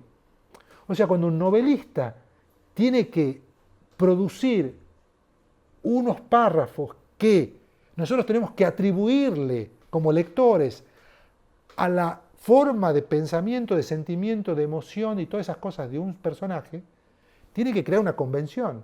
Entonces lo que hicieron estos escritores es crear esa convención. Y para mí, uno de los núcleos, insisto, de la obra de Faulkner, tienen que ver con las distintas maneras, porque no hay una sola manera que él desarrolla, las distintas maneras de representar la subjetividad humana. Yo diría que esta novela, y es una hipótesis de nuevo que tengo, no tengo otra cosa, en el fondo lo que está contando, y es de una manera increíble que lo hace, son las subjetividades humanas de distintos personajes. Cuidado, no confundirse con esto. No porque él use un narrador en tercera, porque el narrador en tercera que él usa está presente en todo el libro está narrado en tercera, en principio. O sea, cuando digo el narrador en tercera me refiero al narrador articulador, al narrador que ordena toda la obra, toda la novela. ¿No? Luego está el narrador en primera que él introduce, cuando dice el personaje pensó, que ya ahí nos da una pista. Digamos, ajustense a esto. Esta es, de las novelas de Faulkner, una de las menos experimentales. ¿No? Acá a veces pone pensó. En El ruido y la furia no dice nada. Y uno tiene que suponer que pensó. ¿Se entiende lo que quiero decir? Y Joyce es el extremo de eso. De ahí viene Faulkner, digamos, viene de Joyce. ¿No? Entonces, ¿qué quiero decir con esto? Aunque el narrador sea en tercera, lo que está para mí construyendo, por ejemplo, muy claramente en la historia del penado, es la historia de la conciencia del penado a través de toda su travesía, desde que se fuga, escapa del gran grupo de presos que viven esa inundación súbita al final del capítulo 1 de la historia de los penados. A partir de ahí, o sea, del segundo capítulo, el narrador en tercera describe, claro, no es que yo les estoy tratando de mentir o de decirle una cosa que no está en el libro. El narrador en tercera describe la situación, cómo él, digamos, se desprende él del grupo y lo denuncia y cree que se ha muerto, ¿no? Y cree que etcétera, etcétera. Eso está en el narrador en tercera. Pero después de eso, claramente hay una descripción de la peripecia del penado.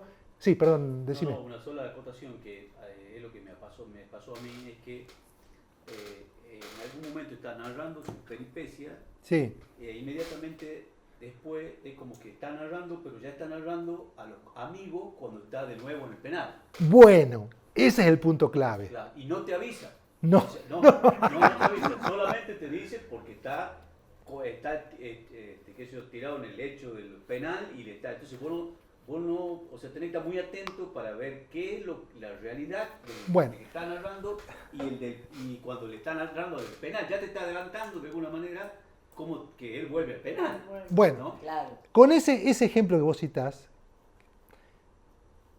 reúne dos cosas, reúne dos recursos.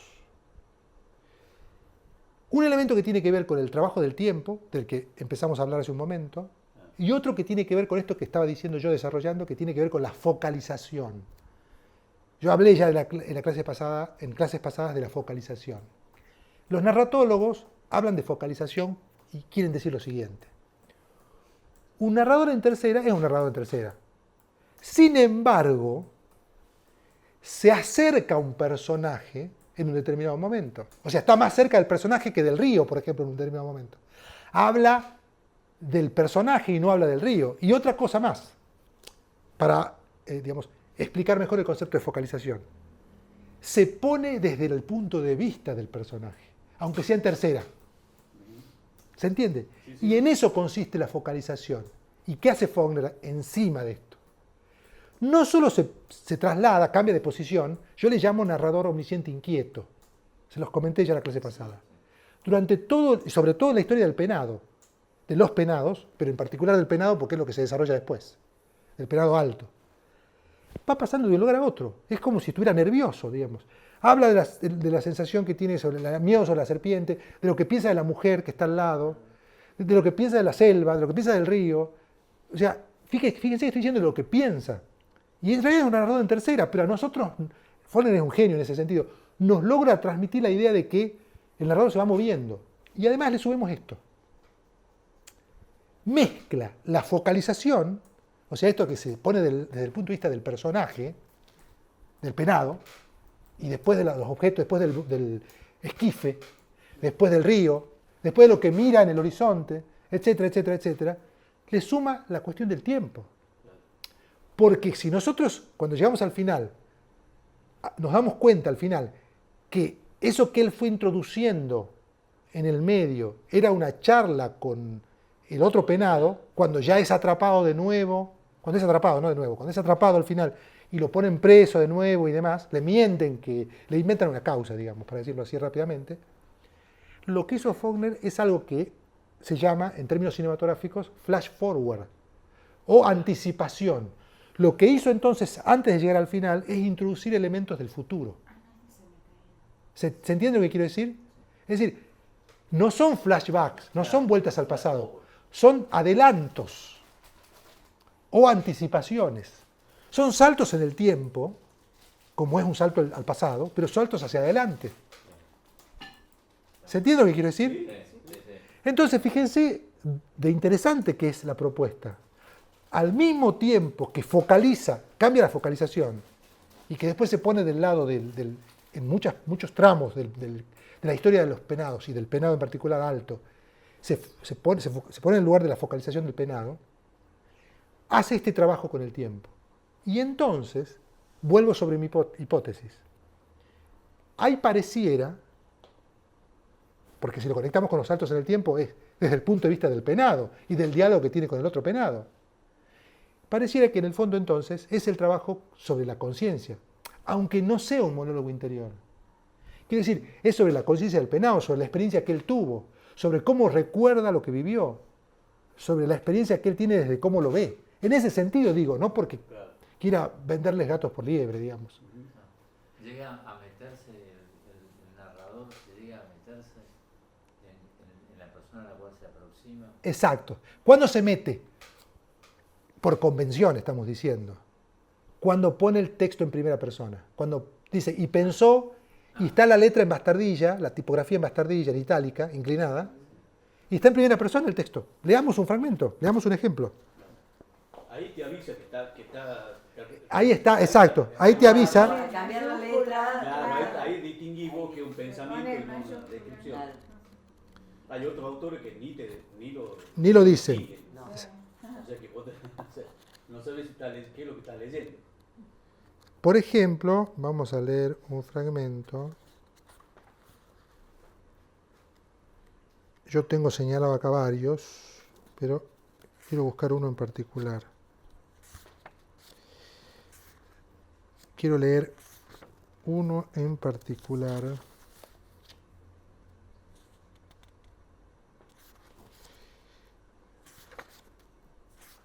Tengo...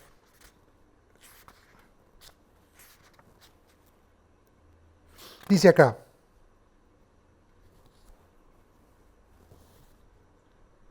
Cuando volvió con la leña y el conejo muerto, en la página 219, cuando volvió con la leña y el conejo muerto, el nene envuelto en la casaca yacía acuñado entre dos troncos de ciprés y la mujer no se veía, pero mientras el penado se arrodilló en el fango, soplando y avivando la débil llama, vino ella lenta y lánguidamente desde el lado del agua. Una vez calentada el agua, ella sacó de alguna parte que él no conocería nunca y que ella tal vez ignoraba también, hasta que llegó el momento, de una parte que tal vez ninguna mujer conoce, pero que no asombra a ninguna mujer, ese cuadrado de algo entre arpillera y seda. En cuclillas, acurrucándose, sus ropas humeando al calor del fuego, la vio bañar al niño con salvaje curiosidad e interés, que se convirtieron en incrédulo asombro, hasta que se paró y los miró desde arriba a los dos, a la mujer y a la diminuta criatura color terracota, que no se parecía a nada, y pensó, y esto es todo. Esto me arrancó violentamente de todo lo que yo conocía, y que no quería dejar, y me arrojó a un elemento que yo nací para temer, y que me ha dejado en un lugar que nunca he visto antes y donde ni siquiera sé dónde estoy. Eso es un texto en primera persona. Y está indicado, correctamente indicado, digamos, o sea, con la letra inclinada, itálica o bastardilla, y está en primera persona. O sea que es el narrador en tercera que le da paso, vamos a decir así, al narrador en primera. ¿Pero por qué? Miró, ¿Sí? y después empieza. Exacto, y pensó. Y pensó. Y está el texto. Y ahí es donde el narrador omnisciente le da paso, como si fuera un paso de baile, al narrador en primera. O sea que no toda la novela está narrada en tercera. Está narrada en tercera la mayor parte del libro. Pero este fragmento de primera persona es el artilugio que usa la literatura, y esta novela de Forman en particular, para decir que esta es la mente del personaje. Así piensa, este pensamiento tiene. Escuchame, Fabián, disculpa que te pregunte. Esto del flashback y del flash forward. Sí. En ese sentido, ¿quién va primero, la literatura o el cine? Y si hay alguna, ¿quién copia a quién, digamos? Si es No, que se puede hablar de tiene eso. una respuesta única eso. Tiene una respuesta única y es la literatura. Es decir, antes de que el cine tenga el desarrollo de un lenguaje, ¿sí?, como lo entendemos al lenguaje audiovisual, que se estandariza en 1915 en adelante, digamos, ya las novelas de Joyce, de Virginia Woolf, ya habían empezado, y mucho antes en realidad, la novela decimonónica ya desarrolla la idea del flashback. O sea, lo que nosotros llamamos flashback. ¿Qué es lo que los narradores llaman alteraciones de la temporalidad? Esa es una manera de alterar el tiempo, de hacer un viaje al pasado y de ahí hacer un viaje al futuro. En realidad las novelas del siglo XIX, en Dickens, en Dostoyevsky, uno puede ver ese trabajo con el tiempo, la alteración del tiempo, la modificación del tiempo.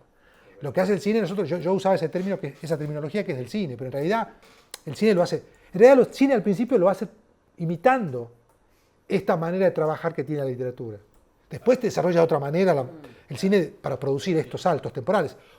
Además usa otros recursos el cine, que la literatura no puede usar. Por ejemplo, el teñir la imagen de un tono sepia, que lo usaban en el cine clásico, algunas películas, muchas películas en realidad, para indicar que se va al pasado. Y en la televisión también ese recurso es imitado, en las telenovelas y en otras ficciones, ¿no? Pero en realidad la literatura no tiene ese recurso, no puede teñir con un tono sepia el texto, ¿no? O el movimiento. Claro, chaplinesco. exacto, un temblor. No, digo, o moverse rápido. O moverse, claro, o alterar la velocidad. Alterar, exactamente. Sí, sí. El año pasado, ¿te acordás que vimos en algunas películas Sí, sí. esos efectos, ¿no? Sí, claramente, sí.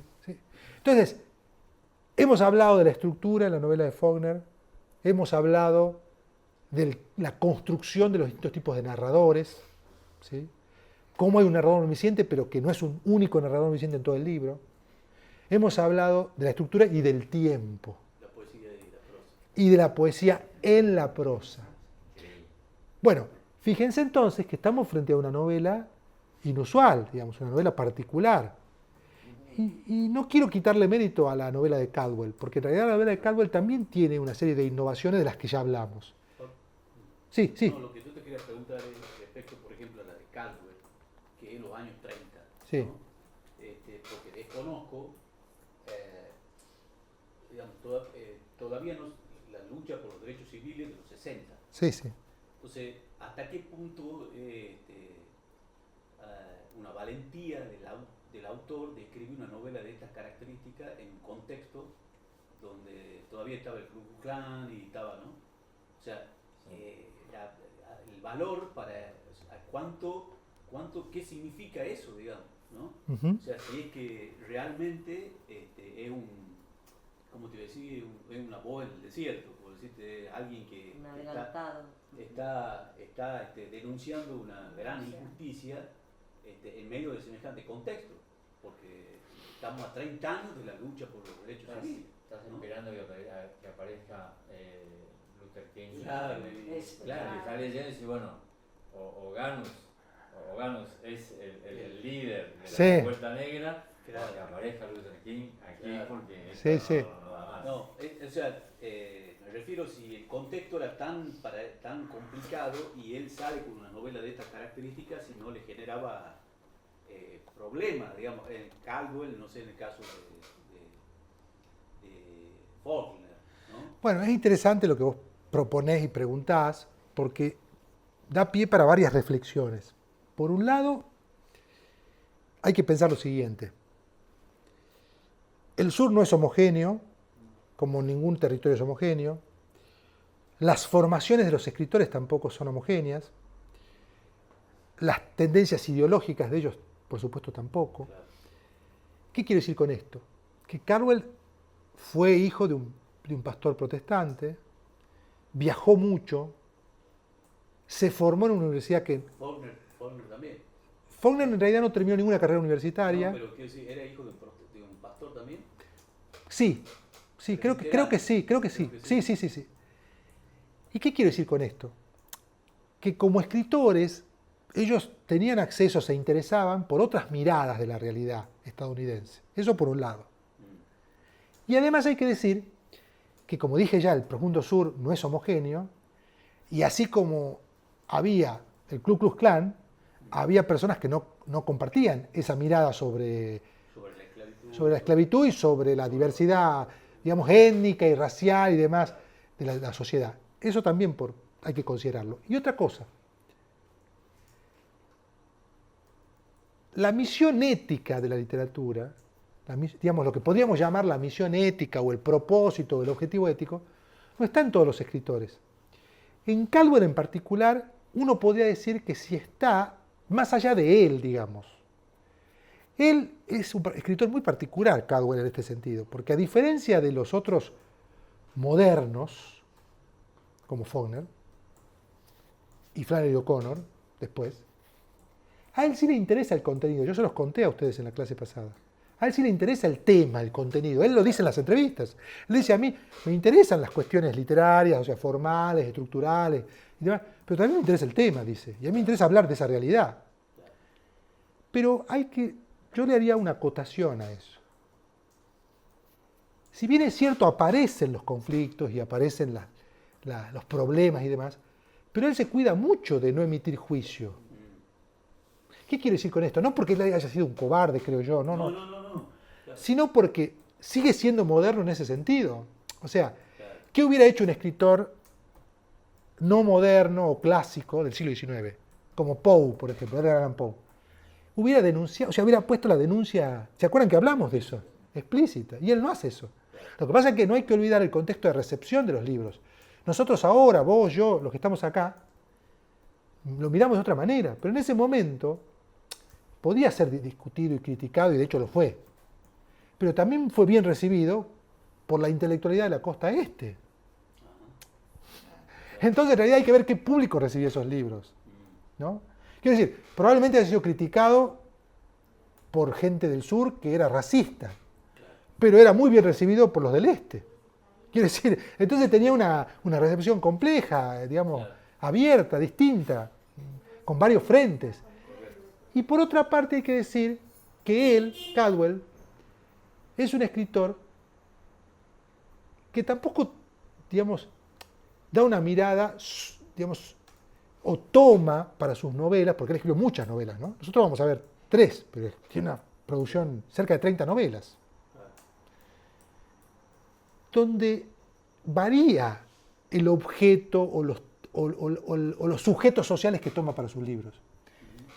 En algunas aparece más la relación, el conflicto entre los blancos pobres. O sea, dentro de los blancos pobres, no los blancos ricos. En otros aparece el conflicto, como en la que leímos, un lugar llamado Esterville, entre los blancos y los negros. En otros aparece el conflicto entre los negros. Quiere decir que hay una diversidad temática. O sea, que él no es que, me parece a mí, que tenga el principio, creo yo, esta es mi lectura. Exacto. Y esa es la diferencia con el realismo social que yo mencioné ante la pregunta que me hizo Miguel en un momento, Steinbeck. Me parece que hay una especie de, aunque a él no le parezca, yo lo leo así, no tenemos la dicha de tenerlo a Caldwell acá, para preguntarle, pero me parece que hay una especie de regodeo estético también, más allá de que él diga que le interesa el tema, el contenido, porque si no, no hubiera trabajado de la manera en que trabajó la estructura de los libros. O sea, si no, no se hubiera convertido en un escritor destacado, porque no basta con denunciar o mostrar o exponer o trabajar un tema. Si no, no sería una novela, si fuera solo eso, digamos. Quiero decir. Y claramente Un lugar llamado Esterville es un libro innovador. Y lo mismo pasa con los otros libros que vamos a leer. El Predicador, que es el libro que sigue. ¿Sí? Van a ver ustedes cómo él elabora, digamos, escenas donde logra transmitir un clima, una atmósfera, con esa prosa parca que tiene, distinta de Faulkner, y a su vez también logra producir en el texto escenas que tienen un nivel de tensión típicas de lo que nosotros llamamos el relato moderno, que se anticipan a otros escritores modernos norteamericanos de generaciones posteriores. O sea, hay una escena a la que me estoy refiriendo en este momento que tengo en la cabeza, que la vamos a leer y vamos a analizarla en la clase que viene, donde los personajes se van a la casa, a un lugar, donde hay un personaje que está contemplando una pared, ¿no? Y esa escena produce, digamos, varias cuestiones, pero entre otras produce la impresión de que está hablando de una escena de una vida dedicada a la contemplación de ese personaje, que si la sacamos de contexto parece extrañísima en la novela, pero puesta ahí tiene un sentido. Quiere decir, el personaje está mirando una pared, los otros van, lo visitan y dicen, ¿qué estás haciendo? Estoy mirando una pared. Y le habla de lo que está mirando y del hueco que hay en la pared. La grieta, exactamente. Y en ese momento, si uno tuviera que compararla con la idea del Aleph, digamos, es como si se abriera un Aleph en la novela. Y la novela se dispara en otra dirección. Y nos hace pensar a nosotros como lectores que es algo típico de la novela moderna y del cine moderno, nos produce nos coloca en el lugar de la contemplación y de la reflexión y del pensamiento. O sea, nos hace pensar en una serie de cosas que van más allá del hecho mismo de la narración, quiero decir. O sea, y sin hacer filosofía, quiero decir, sin elaborar argumentos. Claro, conceptuales. Exacto. Y eso, por ejemplo, puede ser leído en varias claves, pero entre otras cosas puede decirse que va más allá de esta instancia de la denuncia, quiero decir, que claramente está mostrando un escenario de injusticia, de intolerancia, etc. Pero desde un lugar que es otro, desde un lugar... No es el fin, digamos. Exacto. No sé si respondí... Sí, totalmente. ¿no? Yo pensaba que el predicador era de Faulkner, no, es de, No, es de Caldwell. es de Caldwell. Bueno, no sé si ya estamos llegando al final. Florencia, Miguel o Patricia, ¿quieren hacer algún comentario, alguna pregunta cerca del final de la reunión de hoy? Patricia. Sí, yo veo en común esa atmósfera que Caldwell es mucho más pesada, aplastante, uniforme, Sí, deprimente, sí. Que en Faulkner, que también muestra una realidad del tipo, sí, pero quizás por los adjetivos, Eso está donde. marca algún tipo de sentimiento, ponerle entre comillas, porque en ningún momento habla en la relación del médico con la mujer de amor. sí. Sí dice algo como amor, pero es más como una fatalidad, digamos. Sí, sí. Eso, espérense un segundito, por favor. Esto que dijiste es muy importante y que no lo mencionamos, y gracias por mencionarlo vos, Patricia. Algo que la crítica ha dicho sobre Faulkner, lo han dicho muchos críticos, se ha escrito mucho sobre esto, es el elemento trágico que trabaja Faulkner, que tiene que ver con la fatalidad que acaba de mencionar Patricia. Fíjense qué elemento tiene la tragedia, digamos, griega, ¿no? Y romana también, pero la griega en particular, que es la idea del fatum, ¿no? O sea, la idea del... Nosotros traducimos como destino, en realidad. Les podríamos llamar fatalidad, que es la palabra que usó Patricia. La idea de que los sucesos ocurren en dirección a un fin y que están determinados que ocurran de esa manera. No hay nada que pueda detener la causalidad, la lógica causal, que deriva en el final trágico. Predestinado, Exacto. más o menos. Se habla de eso en relación con la obra de Faulkner. Se ha dicho que las novelas trabajan una noción de lo trágico. Y acá en esta novela se puede ver eso. Porque si pensamos, gracias Patricia por decir esto, porque si no, no lo hubiera mencionado ni lo hubiera desarrollado brevemente, aunque sea de esta manera. Si analizamos la historia de Harry y Carlota, lo que narra la novela no es otra cosa que la muerte de Carlota, ¿no es cierto? Y de alguna manera la fatalidad de ese suceso. O sea, no hay nada que pueda corregir o modificar el curso de esa situación. Porque ellos discuten y ella la obliga y le dice, vos tenés que operarme, tenés que ayudarme, porque ella quiere abortar, digamos, y él no quiere, se niega. Incluso se hace hincapié en el relato acerca de que él estudió medicina pero no terminó. Y que después nos enteramos, por otra parte, otro artilugio de Faulkner, al final nos enteramos que usó un cuchillo, cuando ya está en la comisaría nos enteramos, no antes. Que ella está sangrando porque usó un método que quizás contribuyó a que suceda eso. Pero digamos, está la noción de lo trágico. Totalmente. Es como crónica de una muerte anunciada. Exacto. Y en ese sentido, mal que le pese a Saer, o quizás, ¿no? hay una influencia de Faulkner en García Márquez. Bueno, con esto cerramos. No sé si Florencia querés decir algo. ¿No? ¿Está bien?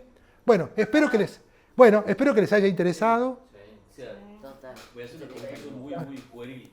Sí, O sea, es imposible acercarse a un autor sin esto. claro. Ah, sí. Y sobre todo un autor de estas características. De estas características. A ver, Absolutamente. hay autores que no hace falta ni O sea, acercarse. claro, o sea, Joven incluso. claro. Bueno, No sé. nos vemos la semana que viene con el predicador. Con el predicador. Predicador. Como para levantar Sí, el pero hay que ánimo. como para levantar. Ahora ya veremos cuánto levantamos, Patricia. Hay que terminar de leer esto. Bueno, un abrazo. Chao, saludos.